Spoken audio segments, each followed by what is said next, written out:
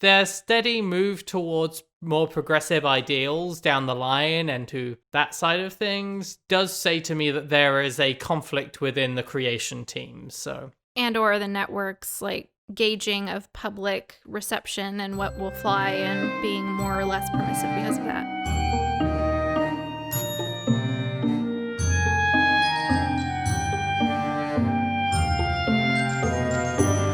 hello and welcome to Unramblings, our podcast about stories and storytelling. I'm Faithix. And I'm Charlene. And this week we're going to be talking about The Legend of Korra.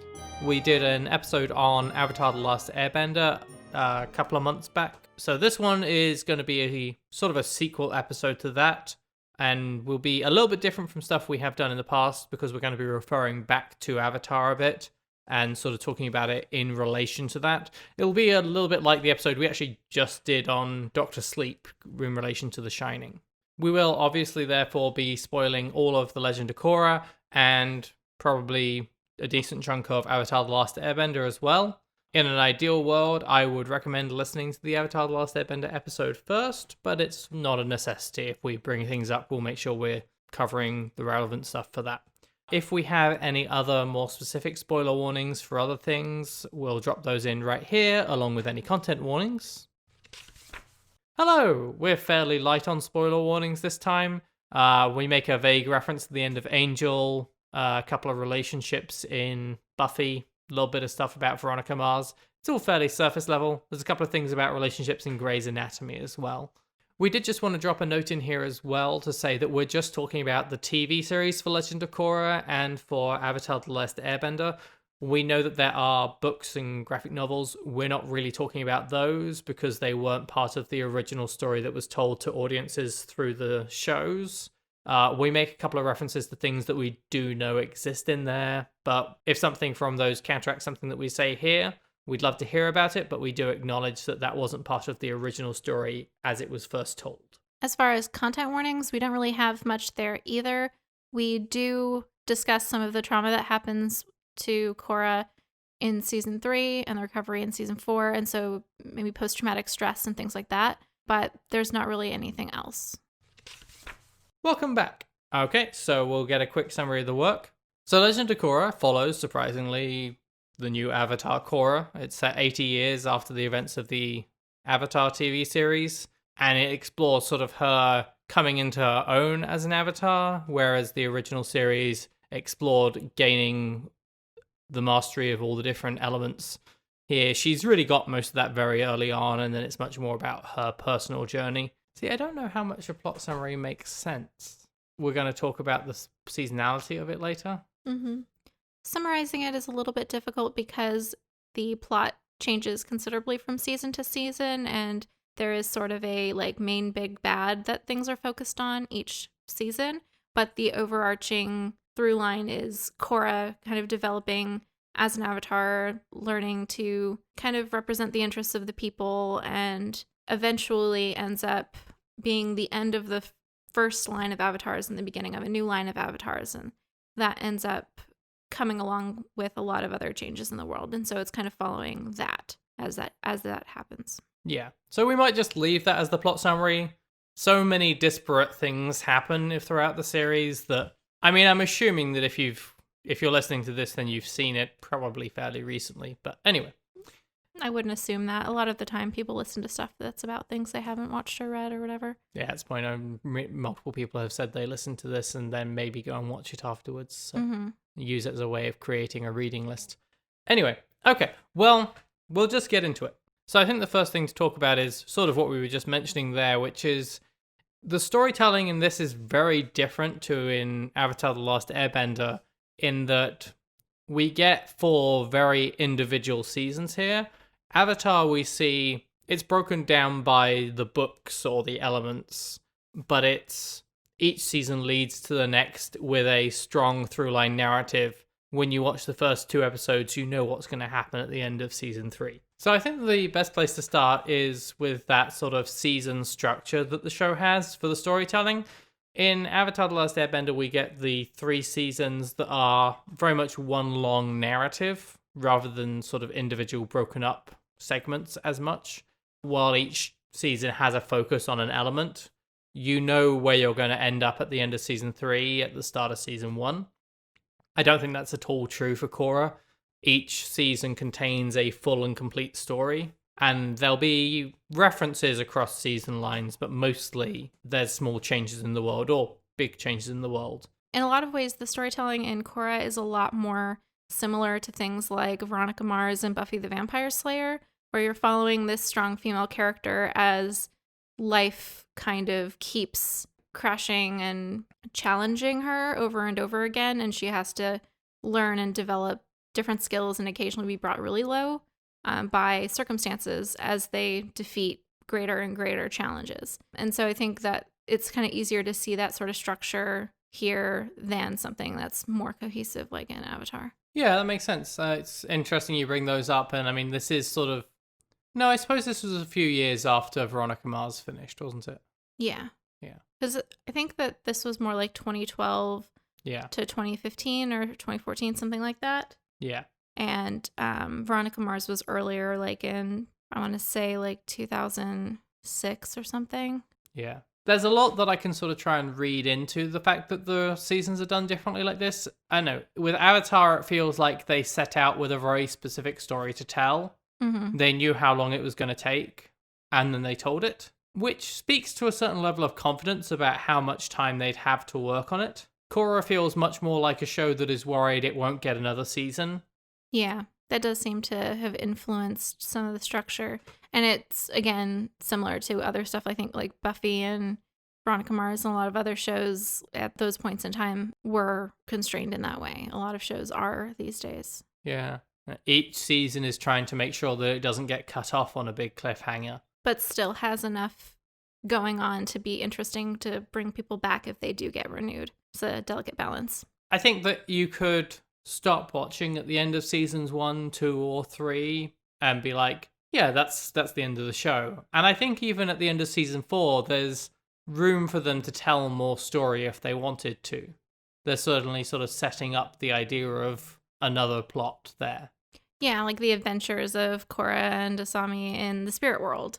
Which we'll come back to, but I would watch that show if they made it now. We'll come back to it. I think that we have to acknowledge the limitation of these sort of external media influenced factors, like structural factors of the show being made to like contextualize the story, because there are a lot of weird factors that did constrain Legend of Korra as it was being made and released. Like I know they kind of stopped airing new episodes of season 3 on Nickelodeon, only released them online, and then later on released the rest of the season on TV, like after it was finished.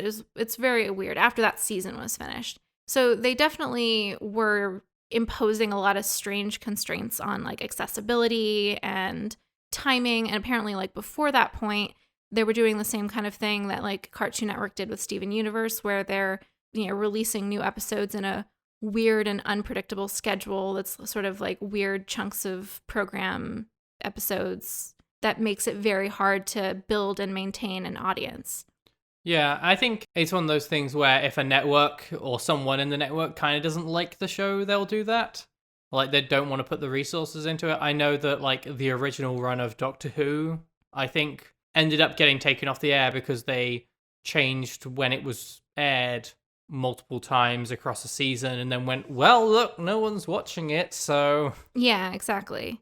And that's before streaming and things, and you go and look it up. It does sound as though it might have backfired with this. It doesn't sound like it was their intent for it to be the success of streaming, but I think it did actually do very well online. It did, and that was, I think, part of why it ended up being able to persist past season 3. Like, I think that kind of shenanigans that were pulled with season 3 were kind of an intention of like, oh, well, no one's watching this because we've been kind of shitty about airing it in any sort of predictable way.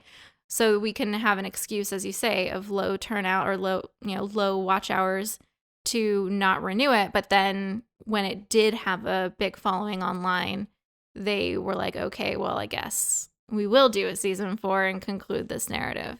Yeah, I do sort of respect the storytelling delicacy for being able to bring each season to a close without closing out the story. They do manage to avoid any moment of like ending up with the end of Angel or something. Yeah. Oh, the end of Angel. Yeah, it's weird because they also avoid, like, there's a trap you can fall into with stuff like this, though, and they kind of sometimes fall into it, but they don't always, where your show ends up hinging its new season plot on, like, unintended consequences from the way we resolved the last season. And that definitely happens with the later seasons. It doesn't happen with the first season. The plot of season 2 is not because they defeated Amon and the Equalist movement. So there's that, but then, like, it seems, I mean, correct me if I'm wrong, but I feel like most of the other plots are directly unintended consequences of the previous season. So, like, the end of season 2, you have the spirit portals open and you have the release of airbending powers randomly in the population, which includes a member of the Red Lotus who's in prison, which enables him to break out and then break out all of his friends, and then they're the big bads for that season. And that's also a central conflict, or not conflict, but a central plot point of that season is also trying to wrangle all the new airbenders. So it's very much, oh, we did this thing at the end of last season. It seems like it was probably the best outcome at the time, but now we've got to deal with the consequences. And then at the end of defeating the Red Lotus, they managed to rescue Korra, but the big problem is that now she's poisoned because of the outcome of that. Well, that one's a little bit strange because I think the even bigger thing from that is the rise of Kuvira. Yeah, that's which true. is filling the void of there not being an Earth monarch anymore. Yeah. But they sort of start to set it up as an intended thing, and it's the unintended consequences of something the villain does. Yeah. But with that, it is more artfully done. I would say, like, it's not as. you use the word artful. I mean, Okay. I kind of get the feeling that they got told they'd get a season 4 around 80% of the way through season 3, and they were like, oh shit, well, there's this person called Kuvira, and they'll be important later. And she appears in 2 scenes and is named and made to seem very important, but hasn't been brought up at any point before. Yeah, I do remember you calling that out when she's introduced, of like, this is something that was put in because she's going to be important in season 4. And you were very correct about that. Okay, so maybe artful's not the best word, but they do weave it in a bit more fluidly in that it is a more complicated downstream set of circumstances that are influenced by the things that happened before in a way that history actually works. It felt less heavy-handed or less like Terry Goodkind, you know, the way that it was done in season like 3 to 4. I'm not terribly familiar with Terry Goodkind's work, and I feel you just did a drive-by on him, and I don't know why. Oh, I very much did. So I think that unintended consequences does bring us into one of the points we want to talk about, and I want to put a disclaimer here. We enjoyed Korra. It's not as good as Avatar, and it has some problems. And we're going to talk a little bit about the problems, but we are not only going to talk about that. This isn't going to be us moving into shitting on it for the next rest of the episode, but we are going to criticize it a little bit now, which I'm sure some people will be upset about, but it needs to happen. There's some very strange things going on with the messaging in these seasons, and it feels like there's different hands at the wheel trying to do different things. When we started watching Korra, it was still at a point when anti-police protests were the only thing on the news. They're still a thing, it's just now overshadowed by other news. Getting into season 1, where you're shown this equalist movement, who feel that it's unfair that only the benders have power in society and non-benders are put down for not having that ability, rings a little bit strange when Korra starts beating up the equalists, and they're shown as the baddies for the whole series. Yeah, we very much kept having this conversation when we watched the first season of like, but the non-bending community have a lot of really valid points. Like, there is no non-bender representation in like the governing council. That's fucked up. What the hell? Like, it starts off with this council that's Tenzin, the remaining adult airbender in the world, who's, I guess, representing the Air Nation, and there's a representative from one of the water tribes who is a waterbender, and there's a representative from the Fire Nation who you can infer is a firebender given the concerns of the people who are upset that there's no non-benders in the council, and a representative from the Earth Nation. And yeah, if this is supposed to be a city that is supposed to have like a representative council people, then you should have people to represent probably Republic City specifically, honestly, if not just the other nations from the surrounding community. it makes sense, and I don't see why it's a problem that they want that. And their other concerns are like, we get pushed around by the bending community, and all the police are metal benders, and like we get pushed around by them, and that's not okay. And it's not. That's not okay. And like, you're watching this and going, well, these seem like valid complaints, and then Aman comes on the scene, and he's using some very violent tactics, and he's removing bending power. And you can say those are overly aggressive means and things, but we've been watching riots in the street from Black Lives Matter, and it comes down to, if you ignore people and shit on people for long enough, they'll use the only weapon they have in their arsenal. Yeah.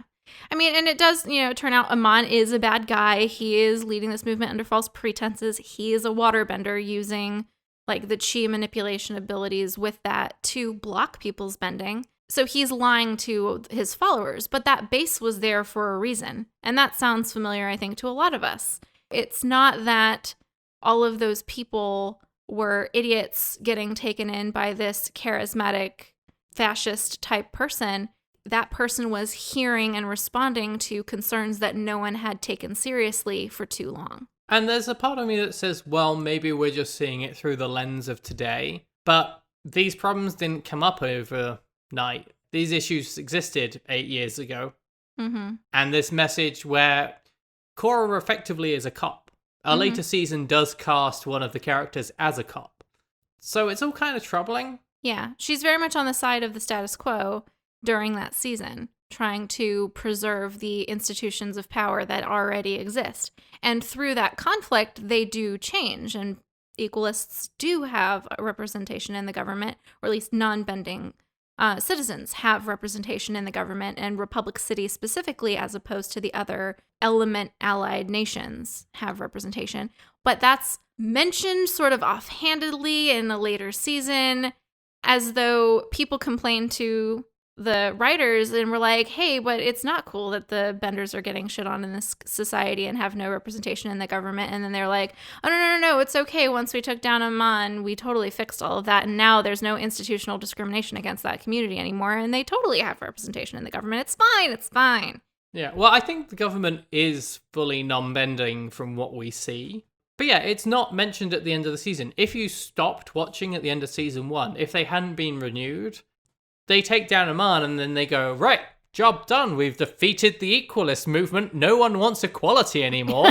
Good job, guys. Yeah, it's not like anyone has said anything about trying to actually treat non-bending citizens equally or anything. Yeah.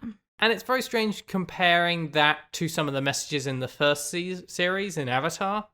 It kind of makes me wonder whether there's an element of showrunners versus networks at work, where what they want to do is more progressive and what they're allowed to do is more conservative. Yeah. But there definitely needed to be a scene in season 1 where they were like, but they had some valid points and we do need to change the way that things are. Yeah. It's weird because the equalist movement is sort of like, I don't know, it has a lot of similarities to both Black Lives Matter and somehow also Trump supporters in different ways. In like the being taken in by this charismatic leader who's lying to them and manipulating them and feeding into their feelings of being oppressed, except they're actually oppressed, which I have more to do, more in line with the Black Lives Matter uprisings.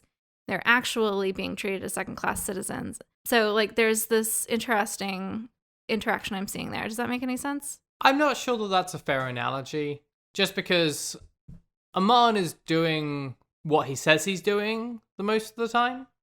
That's true. Like, he has an underhanded motive for down the line. Yeah. But it's really about him wanting power. I mean, that's what I'm saying, like, in terms of he's manipulating this community that does have valid concerns. He's using their state of being sick of being oppressed to further his own political ambitions. But I don't think the analogy to Trump supporters is fair, because Aman's actions all back up what he's saying. That's true. So, which is not the case with Trump. Wouldn't it be nice when we don't have to think about him in a couple of months? So nice. I really hope we don't have to think about him anymore in a few months. Yeah, okay. Maybe I'm being optimistic. But it's sort of something that we see continue throughout Yeah, you have pretty much the same problem with the Red Lotus. Yeah, they're saying no individual people should have all of this power. The Avatar shouldn't have so much power and exist and be able to subjugate people. There shouldn't be these individual world leaders who have so much control. And at the end of the series, they're taken down and shown to be the bad guys. Season 4 shows us Korra has abdicated her responsibilities for 3 years and nothing terrible has happened. At the end, she leaves to travel in the spirit world, and that seems fine. And, like, we have the Airbenders taking over as a collective of people who are working for the greater good. And you have Prince Wu deciding not to be a king at the end and instead sit down and have, like, smaller local government and not have one person with huge power. So they're the villains for all of Season 3. Their methods are shown to be evil. But when you get to the end of Season 4, those are the exact ideals that are being put into place. Yeah, it's really interesting, especially when in Avatar, we get very clear indications of like the horrific levels of social stratification and inequality, particularly in the Earth Kingdom. And it's the Earth Kingdom queen who ends up getting killed by the Red Lotus. So you see this setup of like, this is a monarchy that has permitted there to be horrible inequality in their community and has not been taking care of everyone, get taken out by these people who are like, this is why we don't concentrate power in the hands of the few who are out of touch from the needs of their people. The people should have a say in the way that they are governed, in the way that their lives are structured. And yeah, it is shown that their method of, well, let's just kill all the rulers and see what happens and let the people decide. But it is also kind of a comeuppance for a ruler who is never cast in a positive light at all. The Queen of the Earth Kingdom is shown to be like horrible. Yeah. It really sends a very mixed message. Well, then in Season 2, which we jumped over, you have Unalak is saying, well, these terrible things are happening because we've lost connection with the spirit world and the spirits, and we need to reestablish that. And he goes a bit further and has the whole, like, I'm going to be the anti-Avatar thing. But at the end of Season 2, beginning of Season 3, the message is we need to coexist with the spirits and, like, work together and be unified. Yeah. In the way that he wanted. Except without all the corruption of methods that he wanted, where he rigged the leadership of the tribes and stuff. Right. And I remember us having a lot of problem with Season 2 for... There's a lot of discussion, like, with the back in the first Avatar stuff, and there's the good and evil spirits whose names escape me, unfortunately. Well, they're more order and chaos, right. It seems. I forget their names. Yeah. There's a lot of importance, though, put on the idea of balance in a lot of those conversations. But what we get is not balance. It's locking away chaos entirely. Mm-hmm. It's the life without death issue. Yeah. And it does seem the way that that's set up, like having the Avatar is probably a bad thing. You shouldn't have an Avatar. You should have both of those spirits holding each other in check so that the world has a proportionate level of order and chaos. Yeah. You keep putting things in order, but entropy also keeps working to disassemble any order, and it's kind of a never-ending thing.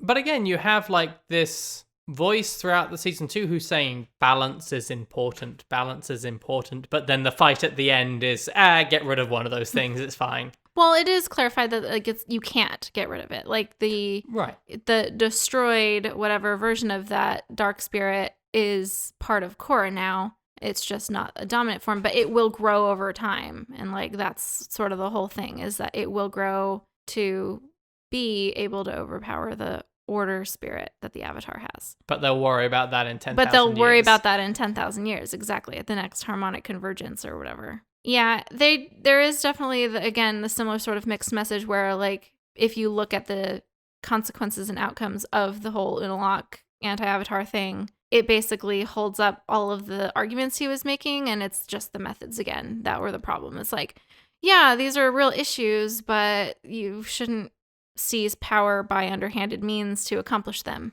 apparently, unless you're the Avatar, in which case it's fine. Well, yes, in which case, if you don't have to, because people already assume that you're in charge.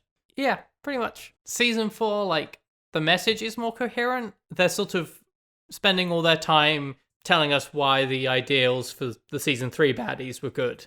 So Kuvira is possibly the most cartoonishly villainous of them. She I don't know. is just Unalak's pretty bad. okay, yeah. But she is so clearly tied to being like a fascist dictator. Like she's called the Great Uniter. People bow down to her to do things, and she exploits the weakness of small villages. And like Bolin is even in a position where he's like, this doesn't necessarily seem right eventually. Yeah. I mean, Kuvira is very much like a Stalin stand-in. Yeah. More so even than a Hitler stand-in. Yeah. Maybe Mussolini because she has the trains. Maybe. Made the trains run on time. I'm going to resist temptation to tell my favorite dumb joke. Okay. We'll link it in the comments instead. But yeah, there's a lot less of a issue of like it being unclear on whose motives are good, or us going, I don't know, the villain's got some points in this. Like there's no risk of us sympathizing with the villain, which is a problem because then at the end of the series, we're asked to sympathize with the villain. Korra's moment with Kuvira is suddenly scared that there might be consequences for her actions, and she goes, oh, well, you know, you're an orphan, and that's why you did all these terrible things. Let's hug it out. And then we'll all go back and all stand down and we'll be friends. And it's one of those things that happens a lot in the show of, and we'll come back to this later, of them trying to get an emotional payoff without building up the emotional work. Yeah. Like, I don't have a problem with Korra seeing the humanity in Kuvira and having compassion for her, because that's shown that that's kind of a whole part of being the Avatar. And like being a fully realized Avatar, you're supposed to be able to see the humanity in anybody and in all parts of the world and have compassion for them, even when they are really messed up. I mean, that was the whole thing with like Aang and the Fire Lord, and also Aang counseling Katara to not kill the person who killed her mom. Is like, you have to find it in yourself to forgive and be compassionate and all of that. And so I'm not mad that Korra was there. I just, as you say, I don't think it's developed enough to make it feel legitimate.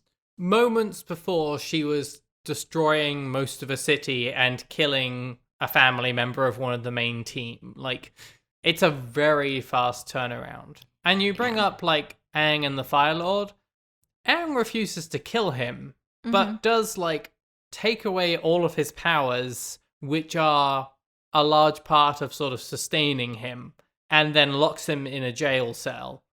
Yeah, but it was more of like, okay, I'm going to remove your ability to impose your will in a negative way on the rest of the world, but he doesn't kill him. There's still his life. There's still a chance for him to redeem himself in some way or become a better person, at least acknowledge the harms that he has caused and maybe regret them. And when you're thinking about a world in which there is reincarnation, I think that's really important, because you're still giving him that chance to come to terms with what they've done and move forward and be a better person when they're reborn.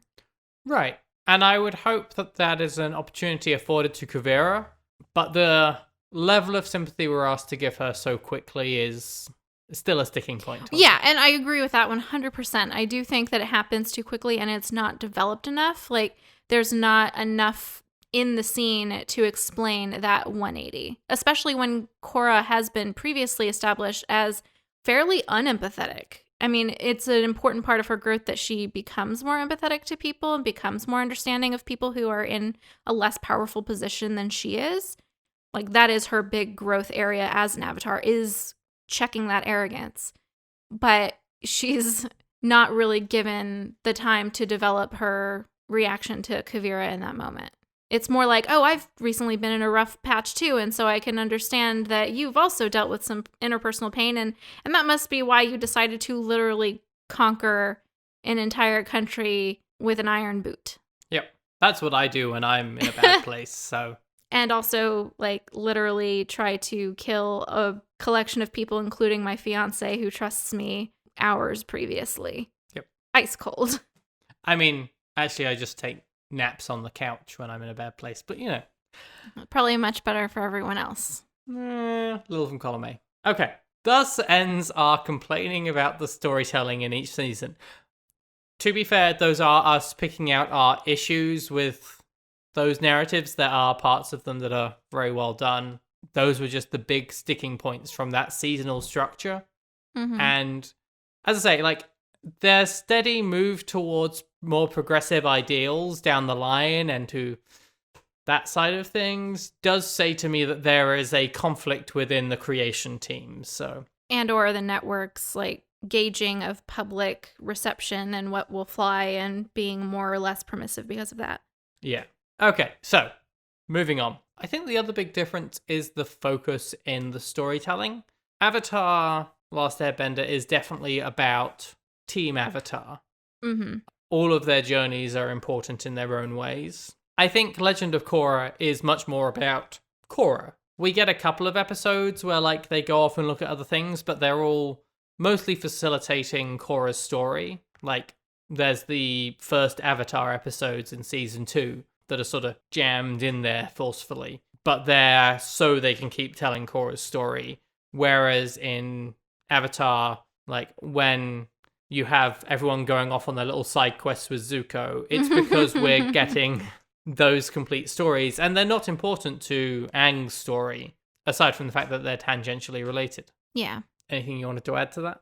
I don't think so. I mean, there's much more of a focus on the ensemble for Avatar, and they kind of seem to be trying to go in that direction at the beginning of Legend of Korra, but it becomes less and less about the side characters as the narrative moves forward and becomes much more about Korra defining herself as the end of the past line of avatars and the beginning of the new line and starting a new cycle and having to really establish a whole lot of new norms and values based on her own conscience rather than having the ability to look back and check in with the spirits of people who have a lot more experience and wisdom than she has. Yeah, I mean, I think it becomes very apparent in season 4 where her journey is completely separated for the first few episodes at least. Mm-hmm. First half a season or so, really. Like, because she then goes off and does her Luke Skywalk in the swamp with Toph.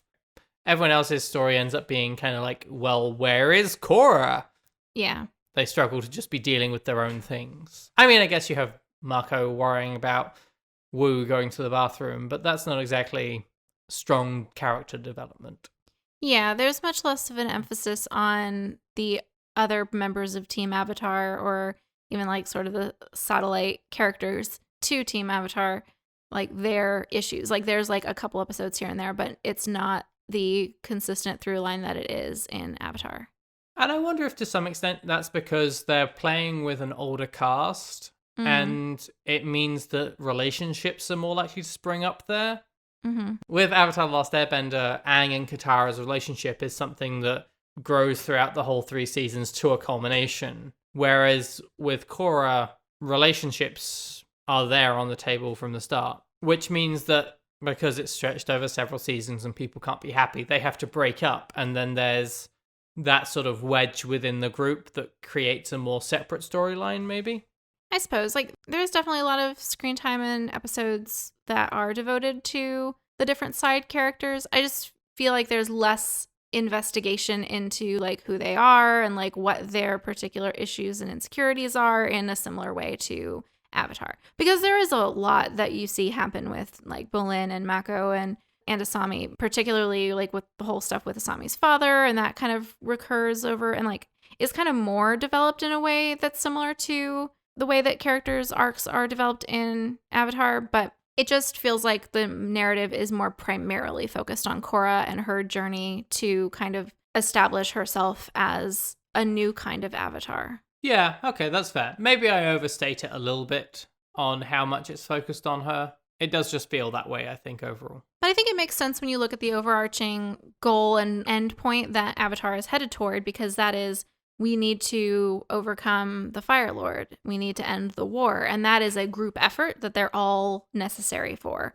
Whereas with Korra, there isn't a clearly defined end point. What ends up being the end point is a point at which Korra feels like she has kind of shepherded the world through changes to a point where it can stand on its own and she can move on and it can be okay without her and she can leave. And the world doesn't need an avatar anymore.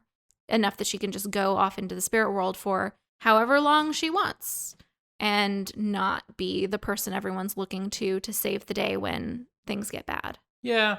I guess that's a good point. Like, Avatar's overall message seems to be, I can't do this by myself. We have to all do it together. Like, Aang wants to go and do things by himself, and everyone's like, no, like, you need a team around you. And with Korra, it's much more of a, who am I? How am I going to do this? I have to face this alone. This is my burden to bear. Right, and she's having to get to a point where she can not have to bear that burden anymore, and society can stand by itself and people can make their own decisions because they've broken away from these very rigid institutional hierarchies that characterized the environments in the first season. Yeah, and because you shouldn't have too much power in one person, just like Zahir said in season 3. Yeah, I mean, he did say the world doesn't need an avatar. And then, as you say, she's gone for 3 years and it's fine. And then she fucks off for presumably forever, and the show seems to be saying that that's okay and something that she deserves to be able to do. Yeah, as long as you have airbenders to step in as like international vigilante justice, you'll be fine. Right, but I think it also helps that the airbenders are largely pacifist. Like, they're not interested in being an aggressive force so much as a assisting force. Except for Milo. Except for Milo, who's just the worst character ever.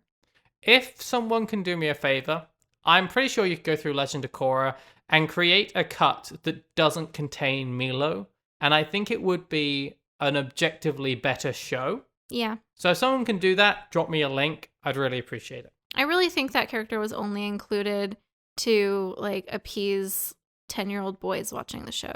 Yeah, you're probably right. Because otherwise it might be a girl show. Yeah. And it can't be a girls' show because there's farting and... Mm-hmm. Yeah. He just manages to, like, whatever else is going on screen, I'm just like... and just zone out for a moment, like... Yeah. Anyway. I remember being in a writing seminar several years ago with an author who was talking about the issues that he had because people kept coming to him and saying, hey, when are you going to write the third book in this series? And the problem he'd had come across was that he'd written a book with this character. And in the second book, he goes and finds this tribe of people who think he's a god and are like, ah, yes, you are clearly our god who will have all of these powers. And while writing it, thought a fun twist would be, what if he was the god and gives him all of these powers? And at the end of book 2, he found he couldn't write book 3 because he'd created a god as his protagonist. And it's very hard to give those people challenges because they're gods. I bring this up because it's the problem that Korra gives themselves. Yeah, I think this has come up in like everything that I've ever read about writing. That, you know, you can't have an overpowered main character or just boring, then your whole story has to be about pulling them down. And that is exactly what Korra does. They pull her down in various ways.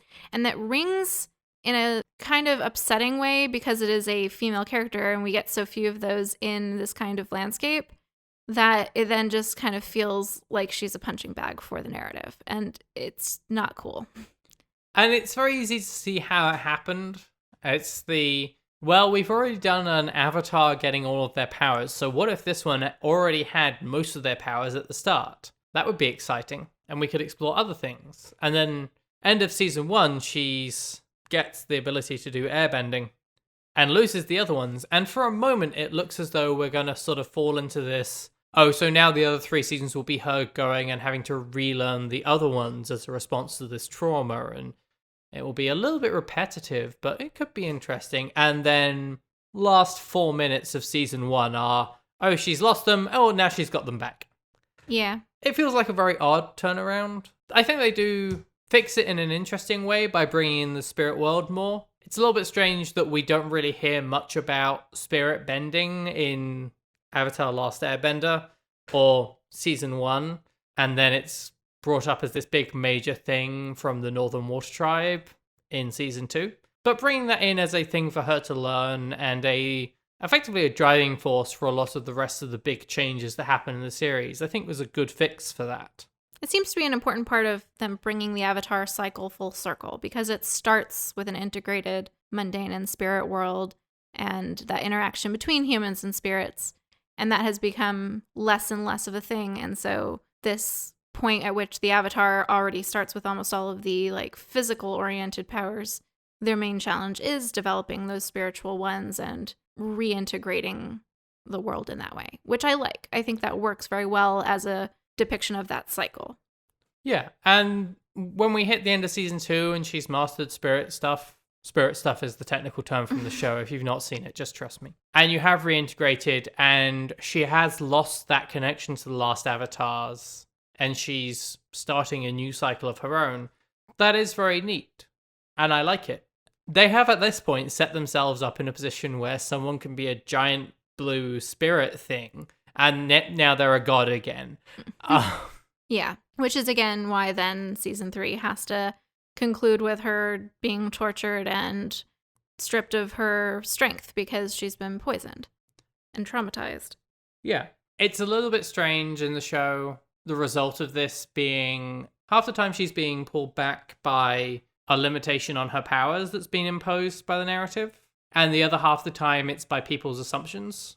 Mm-hmm. With the first season, it's like the governing council who don't really respect her and don't really want her messing around with what they're doing. And she's not ready yet. Yeah, and they think she needs to do something, I guess master airbending or something, but they don't think she's capable of taking a leadership position. And then the second season, she's being manipulated by a corrupt official who's also a relative. And in the third one, she is legitimately poisoned and tortured, so... Well, it's at the end of season 2, she's garnered all this respect. Mm-hmm. Everyone's like, you've become the greatest avatar. You're so young, but you've already made such a change and you've reunited the spirit world. We have so much respect for you.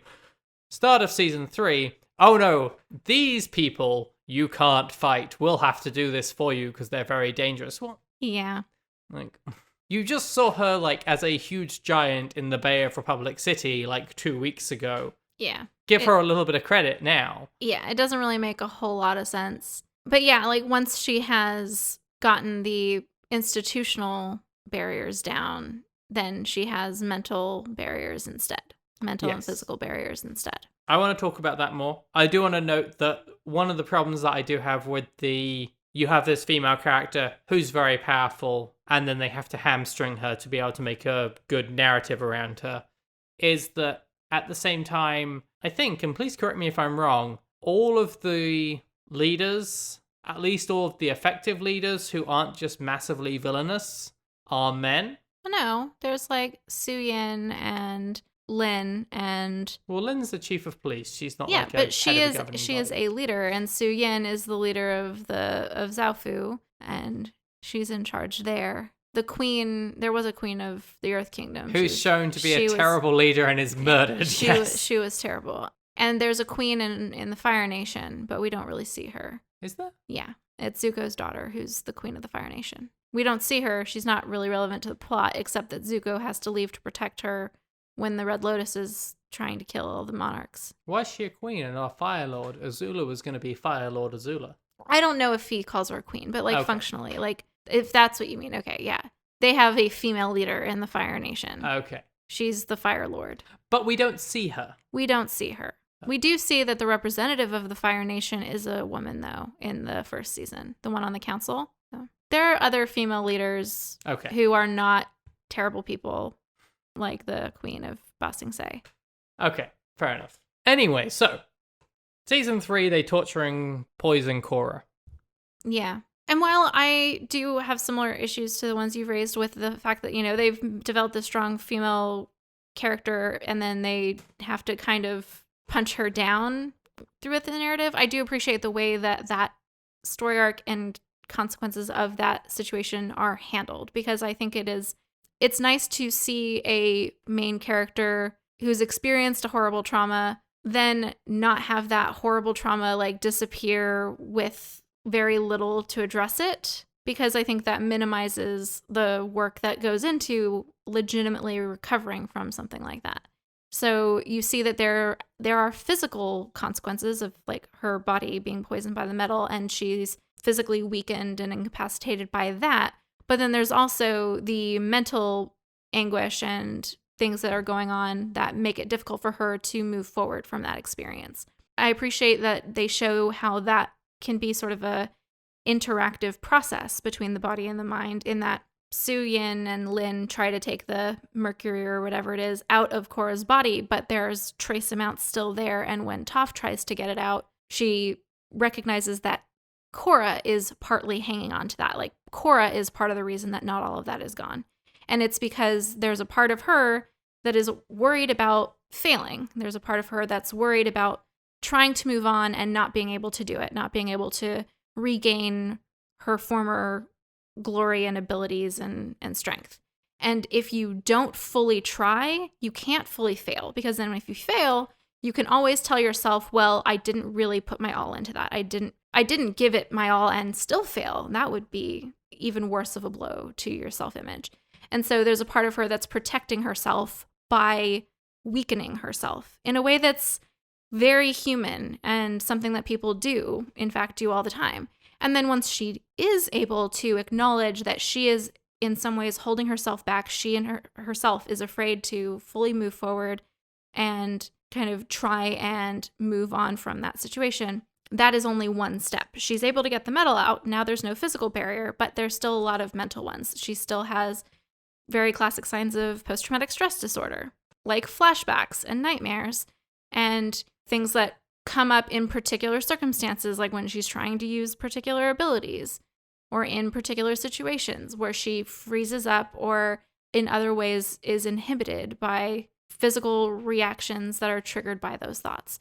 And I appreciate that it's not just something that goes away. It's something that continues to be a problem for her that she continues to work on and has to realize is going to be a process. Yes.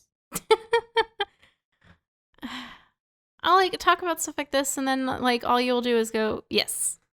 You're the authority on this on the podcast. That doesn't mean you don't have thoughts and opinions with the way that it's done or even with the ideas themselves. You don't have to be an expert or, a student of these processes to have an opinion on them. No, I mean, I'm obviously being glib. It introduces this strange horror component that does get a little bit forgotten. It's sort of set up as a physical figure in the first episode or two, where she's in the fighting ring and then in the streets afterwards. And there's an implication that there's a dog that can see her post-traumatic stress vision thing that suggests that the avatar state element is sort of embodying it in the real world and it's not fully mental. Yeah, there's sort of an implication that she's rejecting the avatar state, and she's rejecting it because the period that she was tortured was to force her to take the avatar state so she could be killed while in it and end the avatar line forever. But so she now has internalized this rejection of it and of it being painful, of the avatar experience being a deeply painful and traumatic thing. Those have become linked in her mind. And so it's like she's pushing it outside of herself, and it seems to be manifesting in a kind of similar, like, physical way where she's seeing the spirit of her avatar state in that tortured moment outside of her body, haunting her. And maybe that dog does see that because maybe it is like seeing other spirits. There's some ambiguity there as far as how that would work with the rules of the universe. Yeah, I mean, other than that, overall, like, I do just really appreciate that it is not something that there's ever a moment when she's like, good, I'm over that PTSD now. It is, as you say, a journey that she continues to struggle with, and that she does seek different avenues to try and work around. How do you see her going to see Zahir as part of that? Because it sort of seems to send a message that you need to confront the trauma source. And I don't know how that works with real PTSD. I would have thought that would just be more likely to cause a relapse. I'm not sure either. I think that there are conflicting views on that, but I know that for some people it can be helpful to have closure on certain things or to recenter, I guess, like the reality of what something was. But I don't really feel particularly qualified to speak to that. Like, I think that they do establish it very well within the narrative that that's something that she has to do. Because a big part of what is terrorizing her is that she can't quite accept that he's no longer a threat and that she's no longer in danger of having that experience happen to her and being brought down in that way again. And so seeing that he is incarcerated and is not in a position to harm her anymore, I could see being reassuring in that process of trying to move on and recreate the world in her mind as a place where that's not lurking. Yeah. And I do appreciate that there are times when she is like, I'm pretty sure I'm over this thing now. It shouldn't be an issue anymore. And then finds out that she's wrong. Mm-hmm. Like, it's that it drives home that, like, this isn't something with a magic bullet cure. Yeah. To go back to the thing with Zahir, I think it probably has helped that, like, I think the idea of going to see him might be problematic, but because it's not like she goes and sees him in chains and is like, oh, okay, that's fine then. Mm-hmm. But he works through things with her in an interesting way to rehabilitate a villain, where he does work with her and they go to the spirit world. Yeah.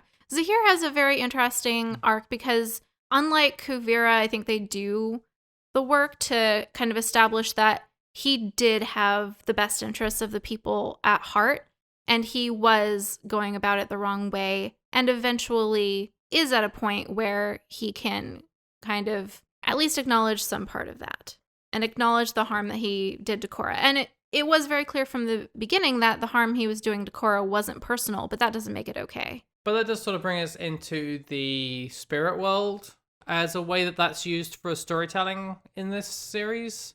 The spirit world's obviously present in the first series, but it's much more a thing that is also there than the major plot element that it is for Korra. Yeah. It has a much more central role in the overarching narrative. But here. It's also shown as a more complete place. It's used to be scary in Avatar because it's where the face stealer is. Mm-hmm. Other than that, like, we get some spirits in that early village and when they go to the library. Yeah, I mean, in Avatar, it's more there are spirits and they are sort of Loraxes for the environment and like the treatment of the environment and the natural world by humans. They're not super developed. In Korra, that is still true. Like, I do see the spirit world in a lot of ways as sort of a proxy for the environment and the natural world, and this conflict that humans have where we need to coexist with the environment and we need to accept that we ourselves are a part of the environment, but try really hard to think of ourselves as separate and dominating it and wanting to constantly control the environment, rather than viewing ourselves as part of an ecosystem. Yeah, I think that it is interesting because it works for the climate analogy and working with the ecosystem, but I think that there's some greater issues of unity there. In the first Avatar story, we see the way that people are hunting the spirits, and I think that's very clear as like the war on the environment and sort of notions of climate change type things and the damage that you do to the environment.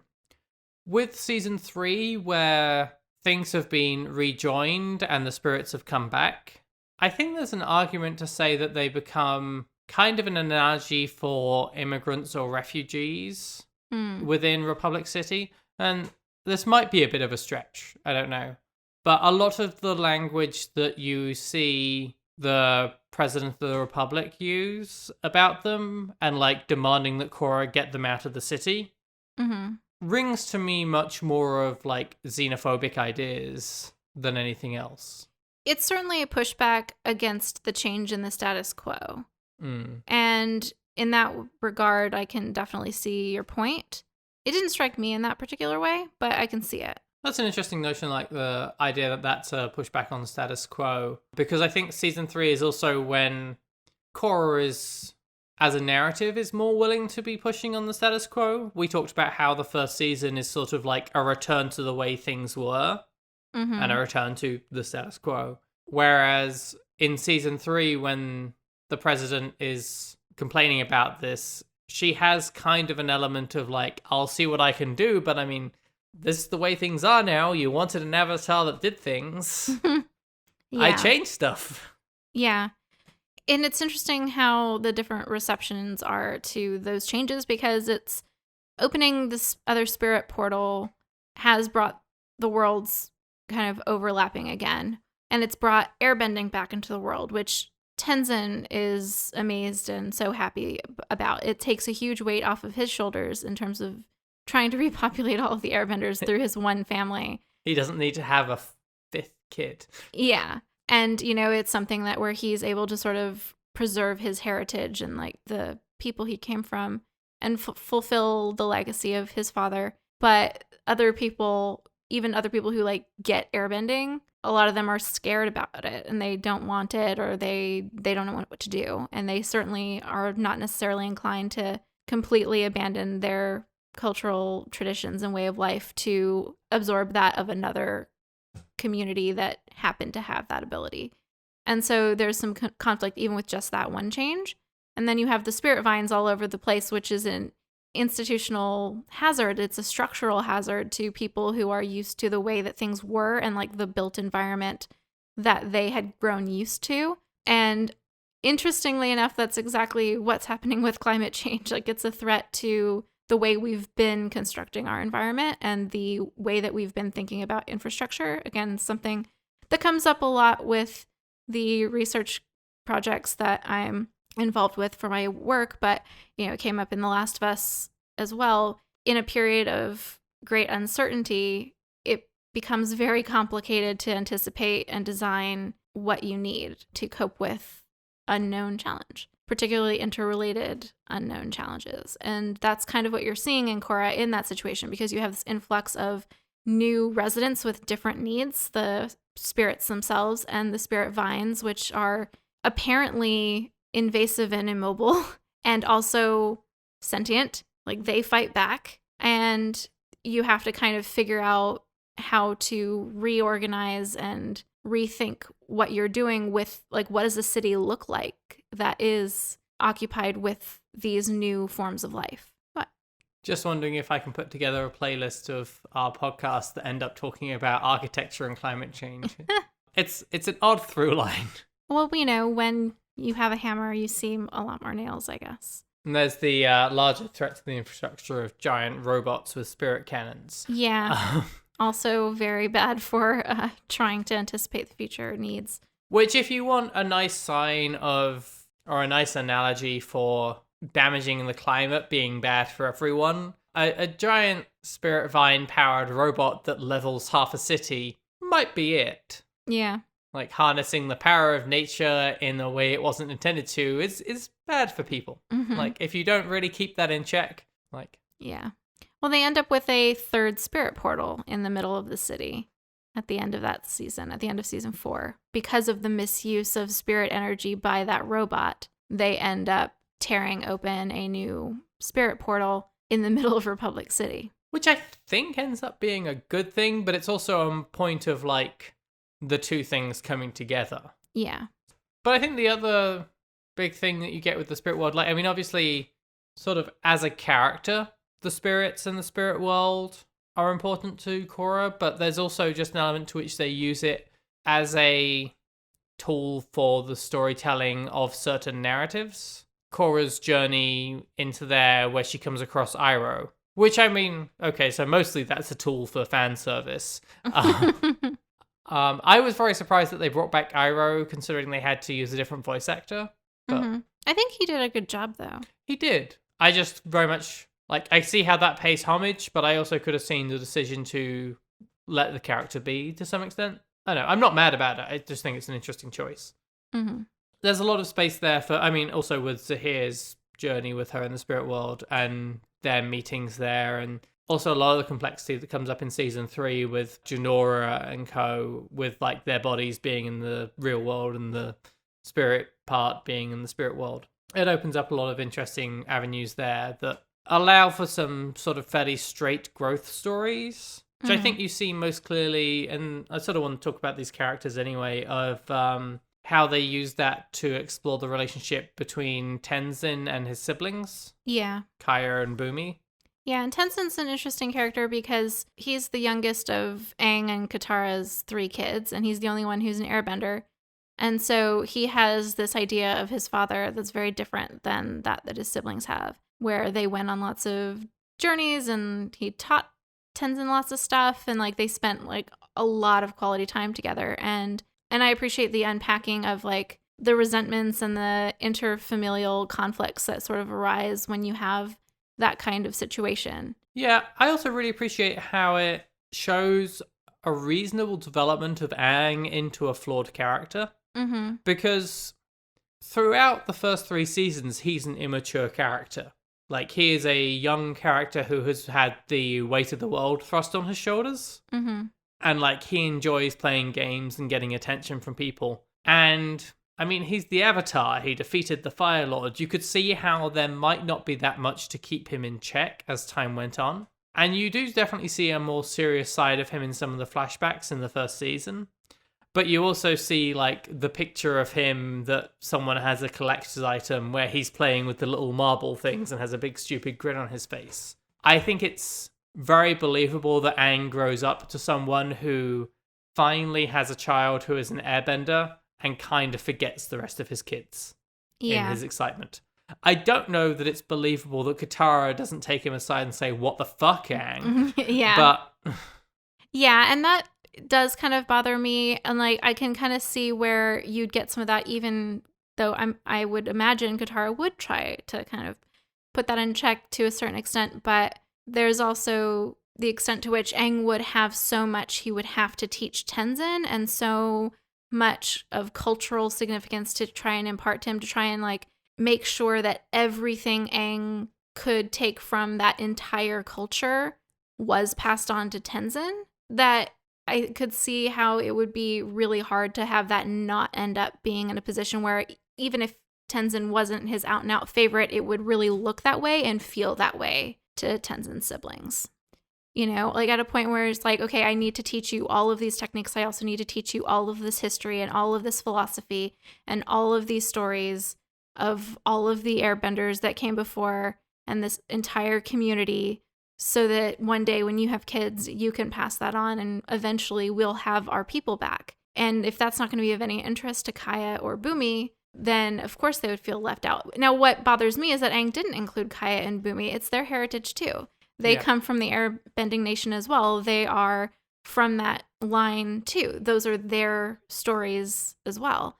And that's something that I think you can definitely blame Aang for not going to the effort to really include his older kids in that and make sure that he did pass those traditions on to the whole family. Yeah, it raises an interesting question about the Air Nation Society or the Air Nomad Society, because it does appear in the original series that all of the Air Nomads are airbenders, which begs the question whether their tradition is if you have a kid who isn't an airbender, you tell them to piss off.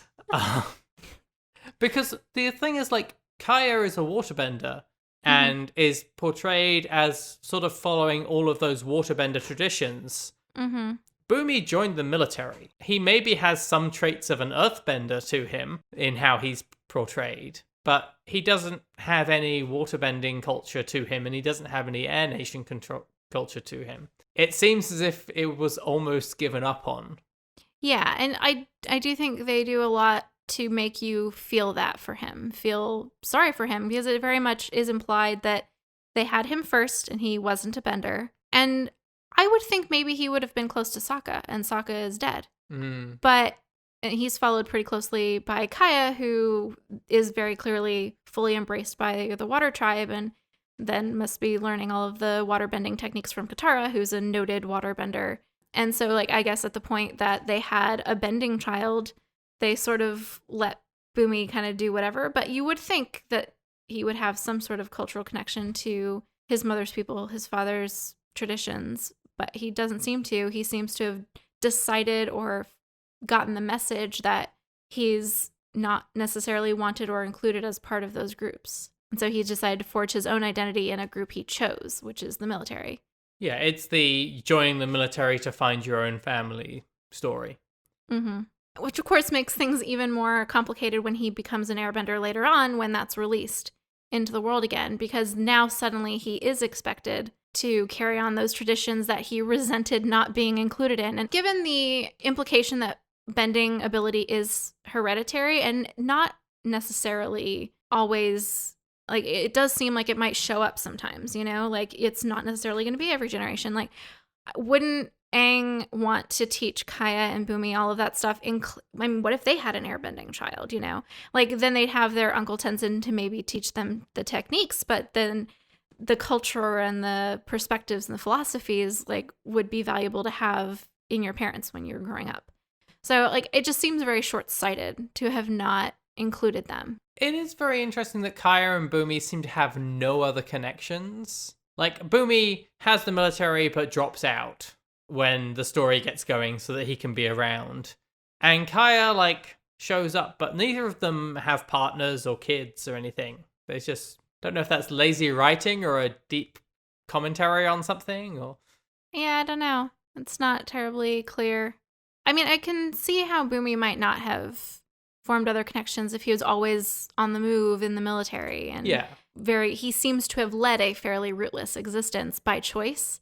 So that doesn't surprise me so much. But Kaya, maybe, if she's got more roots in the community, but I don't know. Yeah, people do their own thing. Kaya does give the vibe of, like, someone who lives in the hut on the outskirts of town and the kids in the town tell weird stories about her.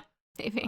She definitely has, like, cool aunt vibes. Sure. Anyway, Spirit World, with relation to this, which is where we started some time ago, is you see there's the pit of despair. I don't know what it's called. I've forgotten. The weird fog of fear. Yeah, the fog that basically makes you relive all of your worst experiences.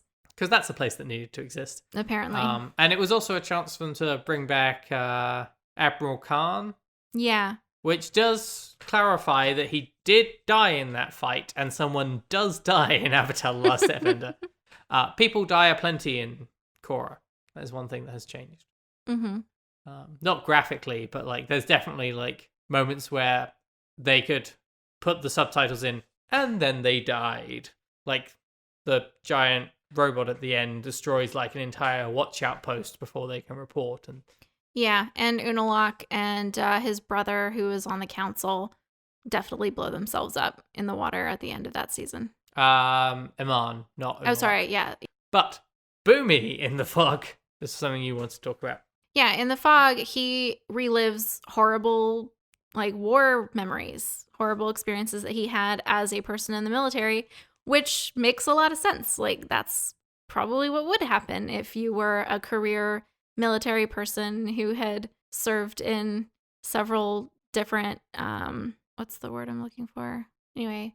But yeah, it makes a lot of sense that Bumi, who is a career military person, would have memories of horrible experiences that happened on his various tours of duty. He would have been around when people died. He tells a lot of really crazy stories that Tenzin thinks is made up, but really probably aren't, of him having to be really creative in a really shitty situation. And then, like, that's very much shown to be a thing that he has some scars from, you know? He's carrying some baggage about all of that, and he uses humor and being silly to, it seems, kind of deflect when he's around other people. Very much like that comedian who's depressed type of a situation. Like, he's got a lot of pain there, not just from his family environment, but also from his military experience.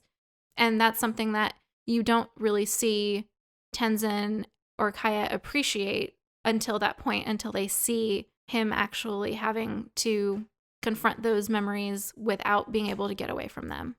Yeah, I think that it's a really good scene for both the audience and Tenzin to see the depth that he has as a character, because up to that point he has been shown as kind of a clown. Yeah, he's very much a comic relief type person who's there to really poke fun at Tenzin, who's such a stick in the mud. Yeah, and then just showing why he's like that, and that is a defense mechanism. And then in later seasons showing how effective he can be in a fight. Yeah, and showing that experience has been valuable and is really useful when you are trying to, say, whip into shape a whole bunch of brand new airbenders who have no concept of discipline. Yeah. You know, he's goofy, but he's goofy on his off time when he is not in a position where a bunch of people are relying on him. Like, Tenzin's perception of his brother and Kaya's perception of Bumi seems to be a little more realistic, but Tenzin's in particular seems to be entirely based on, like, Bumi on shore leave. And that's a very different person. Yeah. And I mean, it's one of Tenzin's many flaws as a character. Yes. I find him oddly endearing. Bumi or Tenzin? Huh? Bumi or Tenzin? Tenzin. as a character who is struggling to do well. Like, I think he could have been written as a very serious mentor that, like, was, a master in his trade and above question. But he's someone who is expected to be that, and who is dealing with the weight of those expectations and the fact that it's not that simple. Yeah. I think he's a well-portrayed character for that. Yeah, I agree. And I think it is interesting the way that the different characters from Avatar The Last Airbender have a presence in Korra. They clearly take some liberties with how long people live. Although I suppose 80 years and they were all in their 10 to 14 age range to begin with. So they'd only be mid-90s. Yeah. It's not like... I'm sure there's someone we worked out would have been over 100. Boomy. Boomy. Oh. In Avatar The Last Airbender, yes. Boomy would have been well into his hundreds because he would have been like 8 or whatever when Aang went into the ice.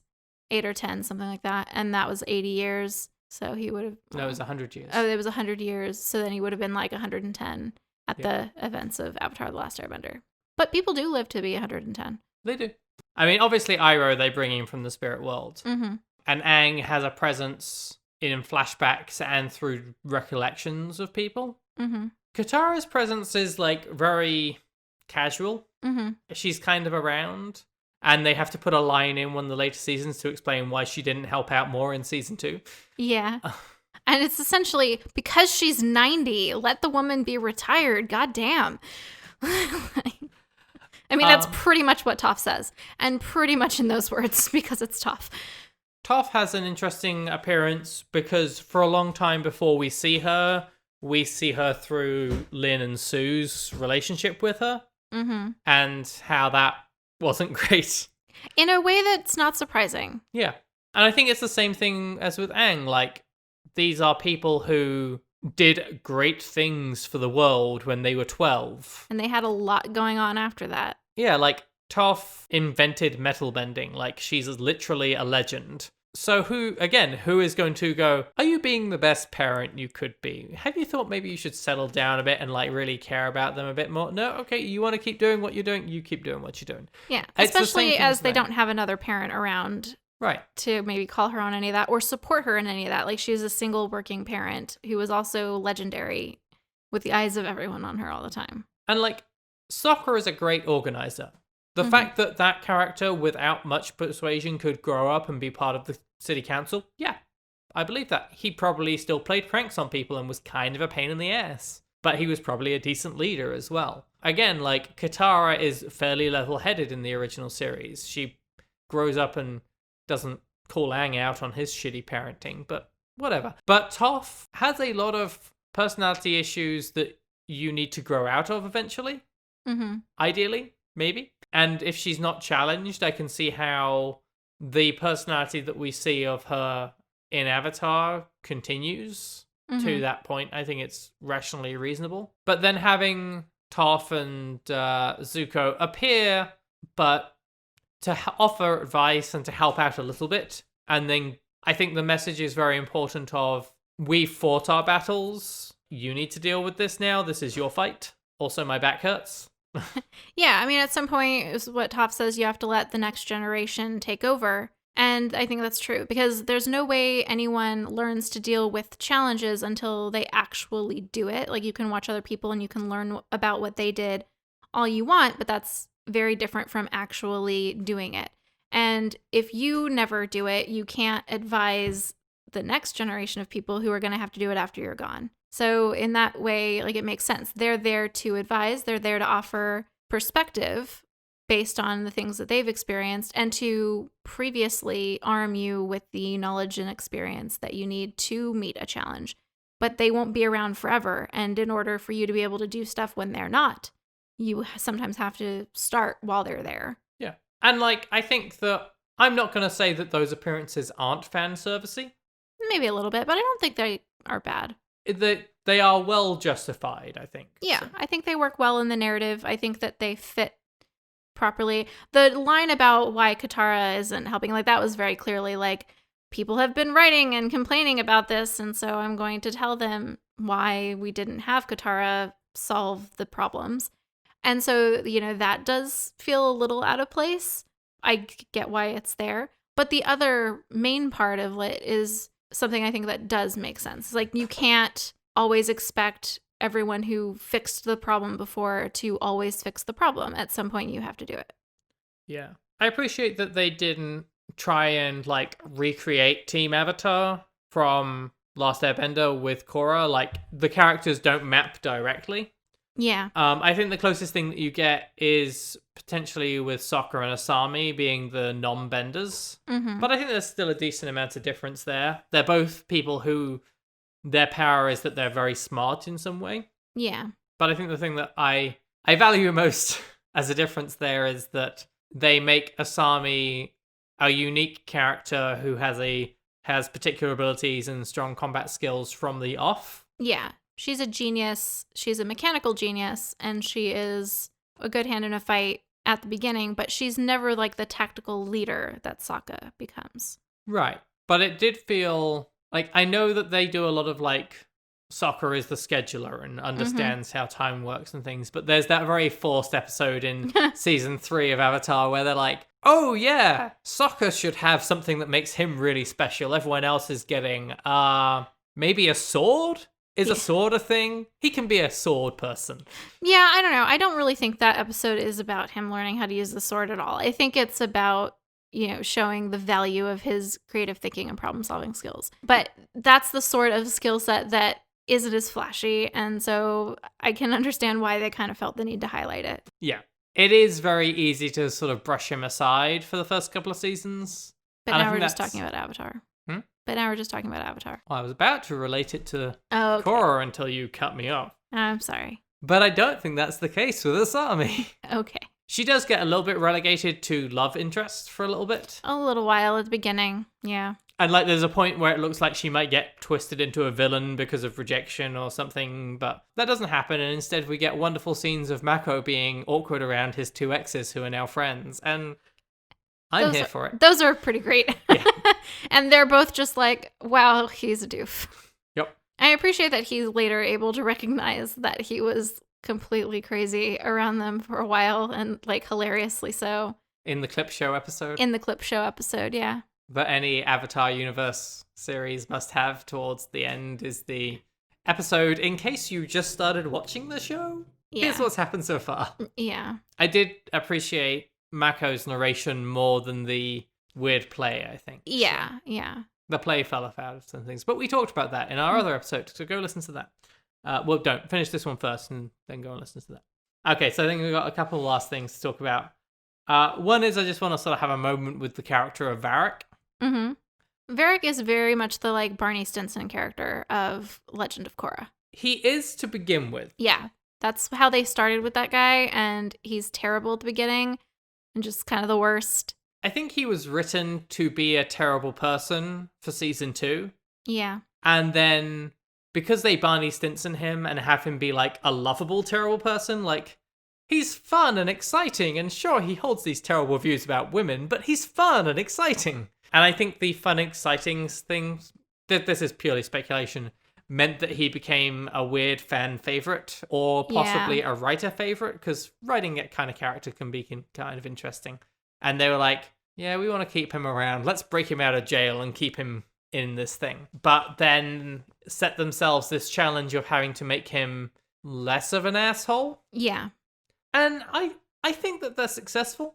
Yeah, I think that they are. And I think a big part of that is the Julie character as well. And also the fact that he gets an opportunity to discover his conscience.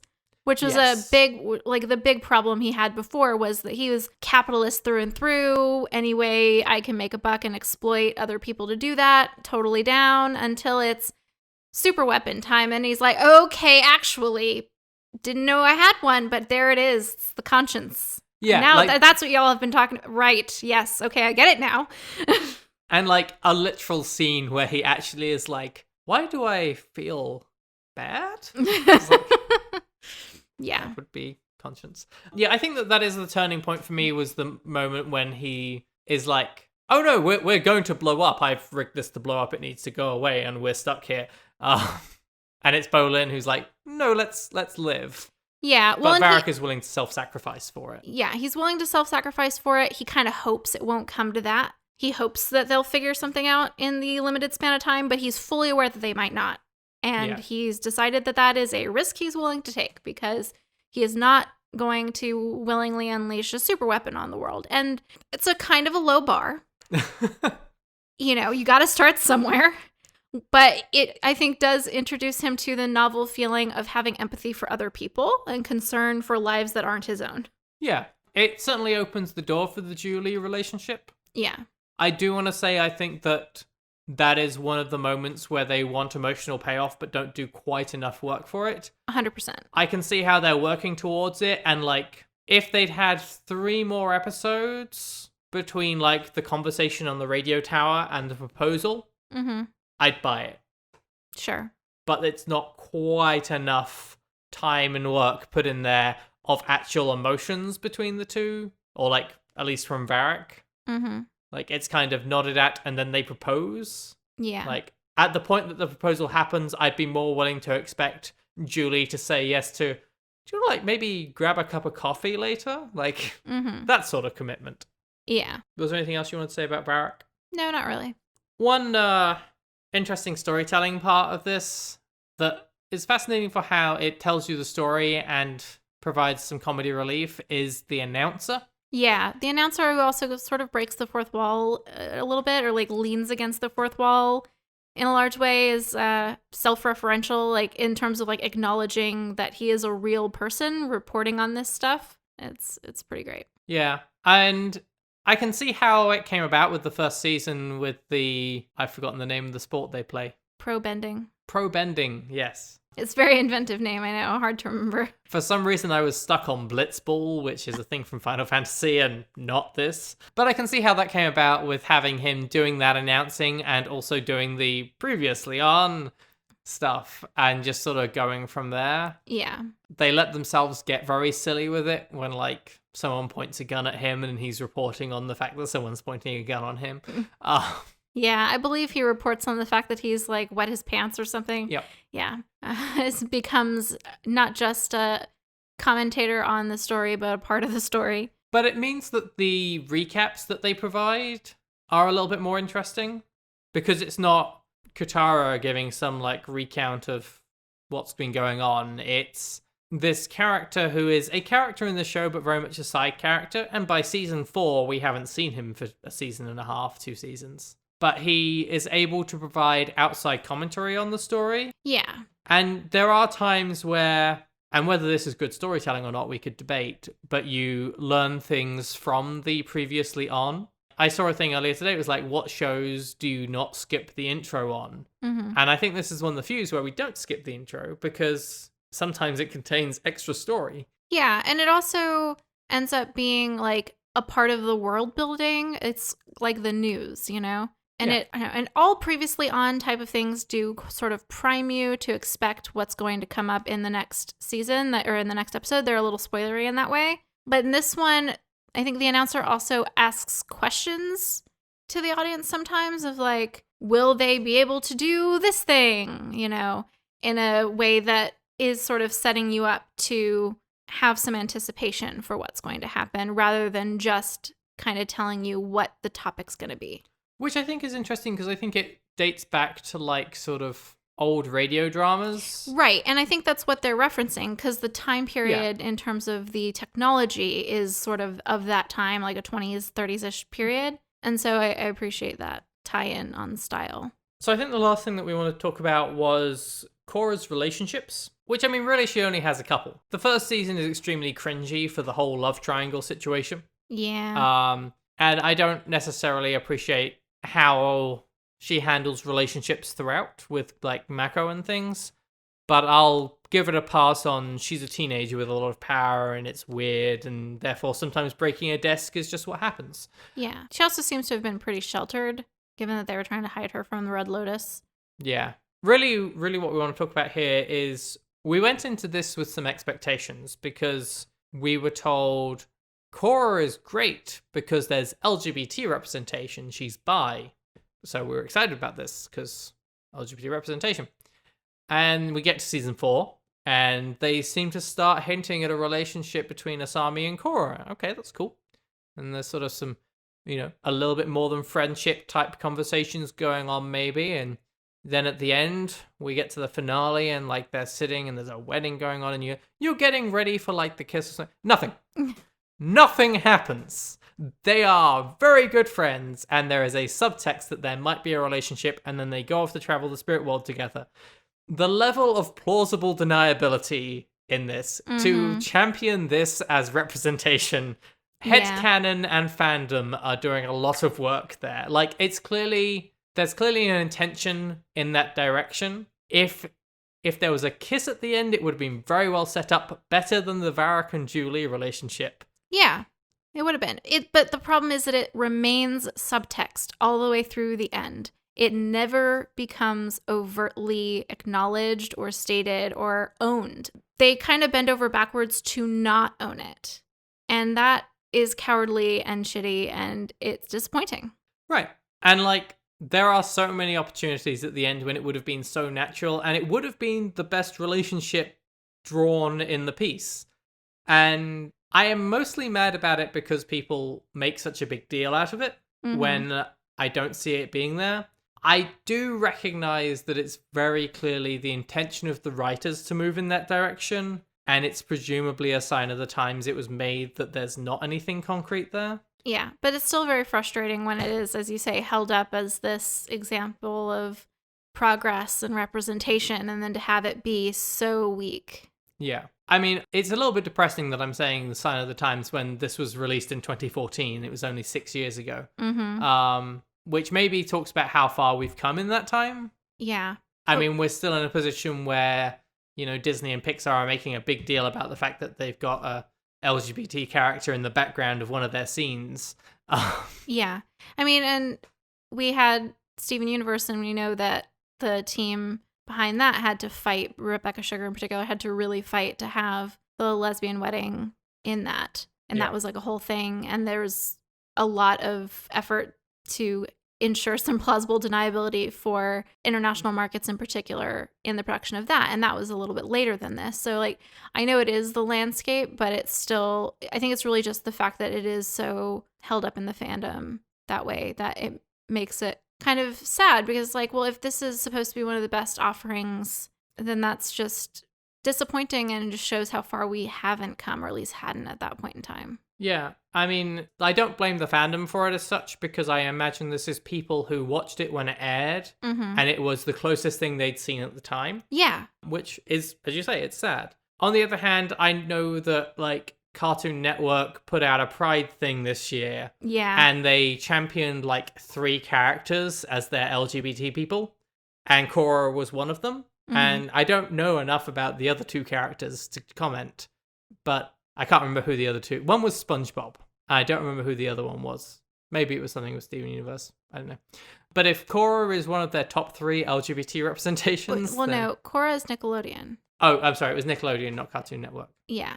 And Steven Universe is Cartoon Network, so it wouldn't have been the same thing. But SpongeBob is Nickelodeon. I don't remember who the 3rd character was, but, like, that's a low bar for representation in 2020. Which, as far as when it was coming out, it was banned in, I think, Kenya when it came out in 2014 for showing a LGBT relationship.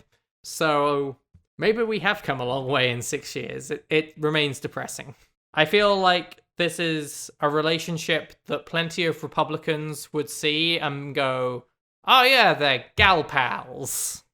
Yeah. Anyway, that's my complaining about that. Another interesting aspect of the Korra-Asami relationship that you can kind of really only see if you're looking also at like the broader This World universe, because I know there are some graphic novels, is, while I haven't read the graphic novels, I understand that one of the other past avatars, Avatar Kyoshi, who's the female avatar before Korra, so she was the Earth Nation avatar who came before Roku, was lesbian, or at least is, I guess, portrayed as having female romantic partners. Which was in a book rather than a graphic novel as such. Right. Sorry. But so there's some implication that maybe all avatars are interested in women, or maybe they're all bisexual. And the reason I say that is because Korra is, at least implied to be bisexual, given that she has the romantic relationship with Mako, and Aang has a relationship with Katara. But there's never any sort of hint that maybe Aang might have had romantic feelings toward any male characters. And to me, that indicates that there might be some relationship there with like our cultural comfort with same-sex relationships between women, but still less comfort with same-sex relationships between men. And that's something that's not new. I mean, same-sex relationships between men were illegal at points in time that it was never really considered to make it illegal for women to engage in romantic partnerships or anything like that, or sexual behaviors. So I just was thinking about that because you have this, I guess, greater flexibility to at least imply that Korra is bisexual or lesbian, and that Kyoshi is lesbian, most likely, or maybe bisexual, but there's not any similar hint of that with Aang, which seems strange to me because I think in terms of the idea of the Avatar and like this idea of like recognizing the humanity in everyone and being compassionate with everyone and like being so accepting and things like that, I feel like that would in some ways constitutionally mesh really well with being like bi or pansexual and not having that sort of delineation, if that makes sense. Not as like a value judgment against people who do have like a more narrowly defined attraction based on gender, but I just feel like thematically it would have worked really well, if that makes sense. Yeah, I'm just trying to think about what we know about the past avatars, and there's not a whole lot. Like, there's a male waterbender that we know had a female love who got hit by the face sealer. Yeah. And we know Roku married a woman who he was in love with and had children with her. Yeah. There's no pressure on the Avatar to have children. No, but there's also no pressure for them not to either. Right. Yeah. And I think that probably tracks with, we'll bring up Buffy again for some reason. Like, I feel that a lot of the relationships that you start seeing on TV tend to be lesbian relationships first. And there was a trend for a while that might still be going on, probably still going on, where even that starts with bisexuality. Like, with Buffy, Willow was in romantic partnerships with men first, and then she was in a romantic partnership with a woman, and then they labeled her as lesbian. And I know there's been some discussion since then that a lot of that was because of perceptions of the time where it was not as accepted to claim bisexual as an identity. It was viewed as not really as much of a thing. It's a whole problem in and of itself by erasure. But even like Grey's Anatomy, they had several lesbian relationships that tended to start with a character who was bisexual, who remained bisexual like through her entire run on the show. But still, like, their introduction of homosexual relationships began with a bisexual character. And then they've moved into having gay relationships represented after having had several lesbian relationships. And they have a trans character at this point, again, after they had already laid down like a LGBT foundation with lesbian relationships. Yeah. And I think that like earlier you might see, I'm just spouting off the top of my head at the moment. I need to go and do proper research, but I feel like you might be more likely to get gay characters earlier on in negative roles. There are a lot of gay-coded villains, yeah. Right.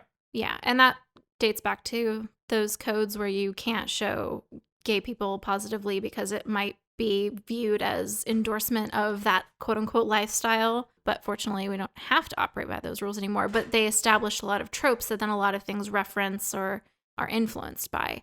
Yeah. I mean, and it makes a lot of sense because when you think about it, you see lesbian relationships first because they don't challenge traditional ideas of masculinity in the same way. And that's the sensitive issue in the culture is masculinity and patriarchy. And if you enjoyed this conversation, check out our pre-ramble on Patreon discussing Gentleman Jack. And, lots of our other episodes because we talk about toxic masculinity a lot. I meant more specifically the LGBT thing. I mean, we talk about that a decent amount too. Anyway. So I think that's all we wanted to cover about The Legend of Korra. But I think the big question that this series asks is, what is the role of the Avatar? I think the series implies that whatever that role is, it's been fulfilled and the world no longer needs it. Yeah. So what is it? I'm trying to sort of combining it with what this is saying after what is said in Last Airbender. Mm-hmm. And Last Airbender is very much about ending war, bringing people together, And it does so by bringing people together from every nation to represent all of those ideals. We know that at the start of Korra, a council has been set up that represents all of the benders, but doesn't necessarily consider the non-benders. I think I would say through all the stuff with bringing the spirit world in, it is about sort of balance and equality, which I think is why season 1 bothers me so much. It's bringing it to a point where everyone can coexist. It's interesting that you say it's being fulfilled. It's certainly at a point where the work has been done for the moment, but I think it's an ongoing quest. Mm-hmm. I mean, we know that 10,000 years from now, there's going to be a problem. Yeah. So what I think it is kind of getting at is what is clearly stated at various points in Avatar: The Last Airbender. The Avatar is the bridge between the human world and the spirit world. Sure. But more than that, it seems like the Avatar is supposed to be the bridge between everybody and sort of the force outside of institutional power structures that can mediate between them all and not be beholden to any of them. And so at the end of Korra, she's merged the spirit world with the mundane world again. So there doesn't need to be a bridge to do that. It's already always happening. And they've already kind of figured out an equilibrium there. And all of the nations are at equilibrium. And they've made changes to ensure that there is more representation in the various power structures so that people do feel like they have more of a say. And so there isn't an active need for her to mediate right now, at least not for a while. There might be later, as you said, like things could change, someone could disrupt that balance. But right now, they don't need a bridge between the human and spirit world, and they don't need an authority, like a moral authority, outside of the councils and the national heads. I mean, if you think about the flashbacks of the way that the first Avatar happened, the reason that the first Avatar had to be a bridge between the mundane and spirit worlds is because he messed up the balance that already kept them in harmony. So then it was his responsibility to keep bringing it back into balance or trying to redress the imbalances. And that seemed to have been an ongoing process with each successive Avatar, including Aang, who's trying to redress the imbalance of the Fire Nation overpowering all of the other ones and imposing its will on everyone else, and the imbalance caused by the Air Nation no longer existing. So now the Air Nation's back, and the different communities are balanced again as far as elements. How do you take Zahir's argument that the Avatar isn't necessary for that? I think in a balanced world, the Avatar isn't necessary, and Zahir seemed to believe that it was the concentration of power in heads of state that had autocratic authority that caused the sorts of imbalance that then the Avatar had to keep redressing. And if you got rid of those concentrations of power, then you wouldn't need an Avatar anymore. Okay. I feel like we sort of gave the same answer to that. Sort of, yeah. I think so. Like, I think that he thought that we only need an Avatar to solve problems that we've already caused by having these systems the way that they are. If we don't have these systems the way that we are, then we don't need this other authority that is over everyone else, then everyone should be on a level playing field. Does that make sense? And I don't think he was quite wrong, but he wasn't quite right either, which I think is pretty well displayed in the way that that goes. Like, I think he viewed the Avatar as like something that was treating a symptom. Yeah, that makes sense. And it makes sense that his storyline of trying to remove that appears after the bridge spirit world thing has kind of become less necessary. Mm-hmm. And I guess it also makes sense then that the end of the series is when there isn't just an easy way to bridge the spirit worlds. There's one in the center of the hub of human civilization. Mm-hmm. Yeah, okay. I'll buy that. That makes sense. And so does Shadow or Misty. I think that might have been Misty, actually.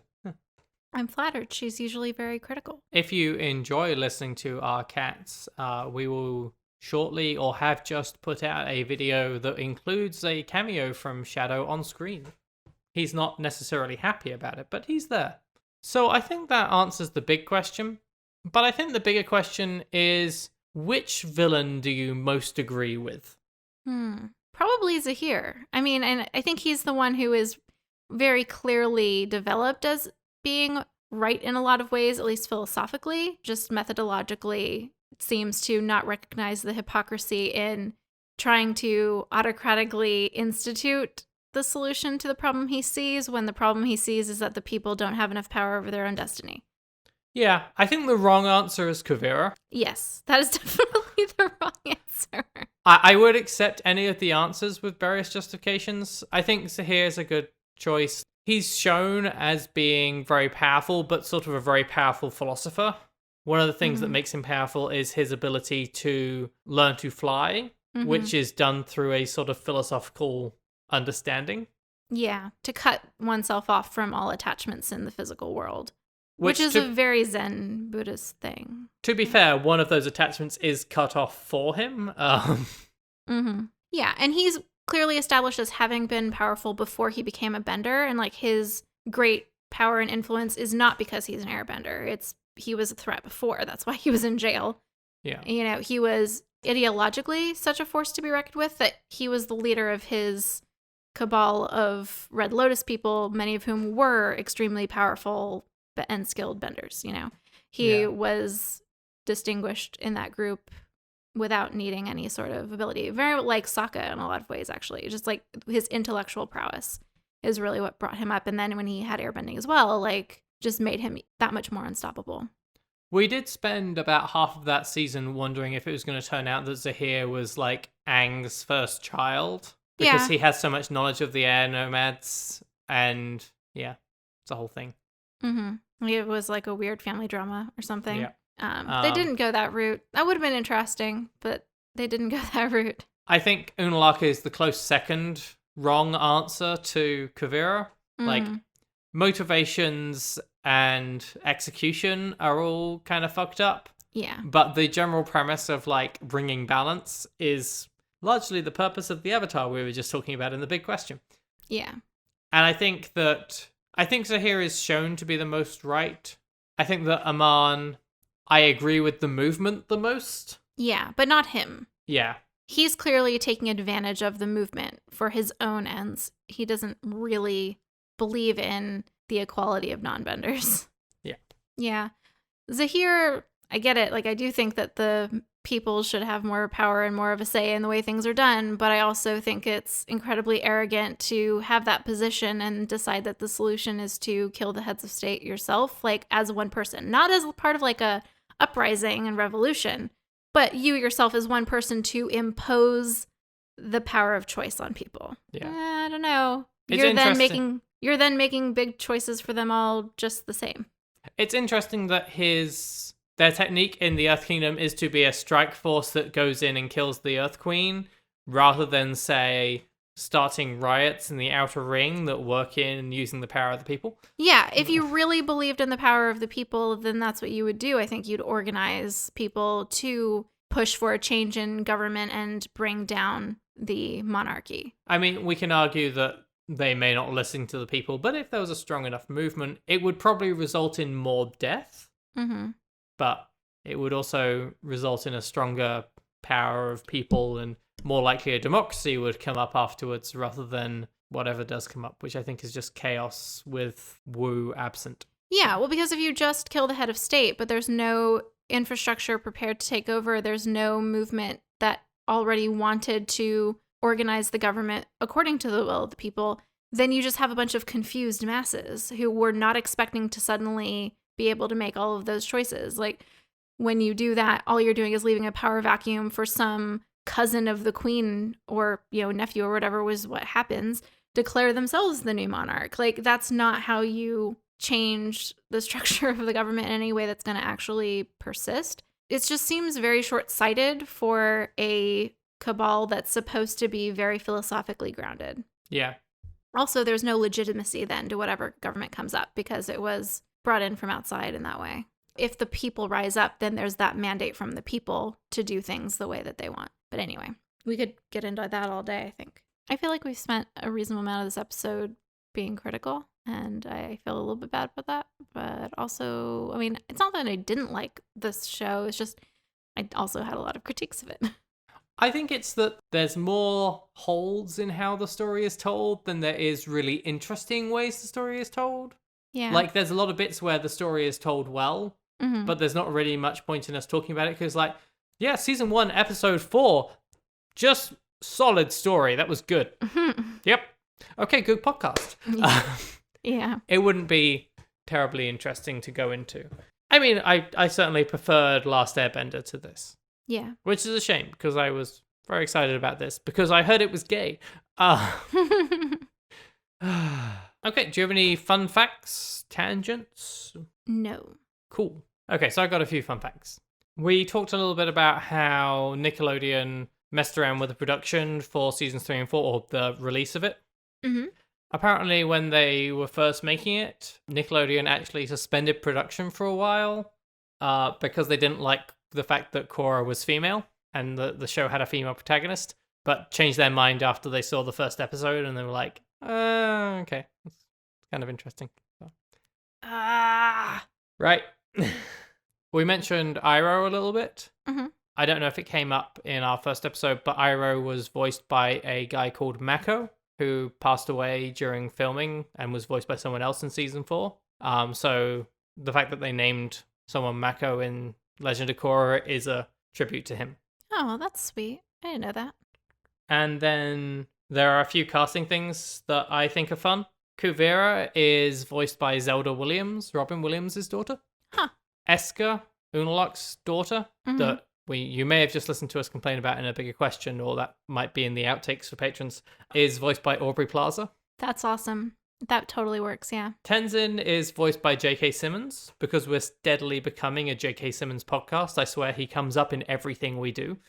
But the personal favorite one for me is the character of General Iroh, that I had to check this was right, I was pretty sure beforehand, is voiced by the same guy that voiced Zuko in the original series, which lends me to be fairly sure that he's intended to be Zuko's kid or grandkid. It's never mentioned, but I feel that's likely. It seems likely. But that actor is the person who played Rufio in Hook, which I don't know if you've seen. Yeah, it's been a very long time, but I know who that is. Yeah, go back and watch that. Is that a Christmas movie? Kind of a Christmas movie. Okay, those are my fun facts. Do we have any late thoughts this time? I don't think so. Okay. Which means that in about 45 minutes, Sean's going to go, I was going to say a thing. Thank you for listening through this with us. If you haven't listened to the Avatar episode, I do recommend going and checking it out. We also now do YouTube videos, so, appreciate it if you would check those out. Maybe subscribe to our channel. It helps more people find it. We also do a Patreon where you can get more content. You can get access to our Discord where you can listen to us record live. We do pre-rambles. We've done ones on escapist fiction and the show Gentleman Jack. We do all sorts of things over there. They're like 20 minutes, so you can just listen to them on your lunch break. Even just $1 of support on there, it really helps us to keep doing what we're doing. And it lets you join the Discord and listen to us record live. We've been seeing some nice growth recently. We're very excited by it. Please continue to tell your friends that we exist. Thanks for listening to Unramblings. We hope that you will join us next time.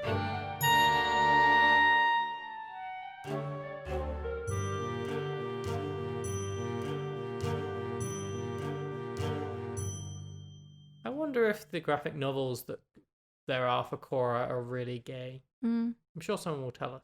They probably are.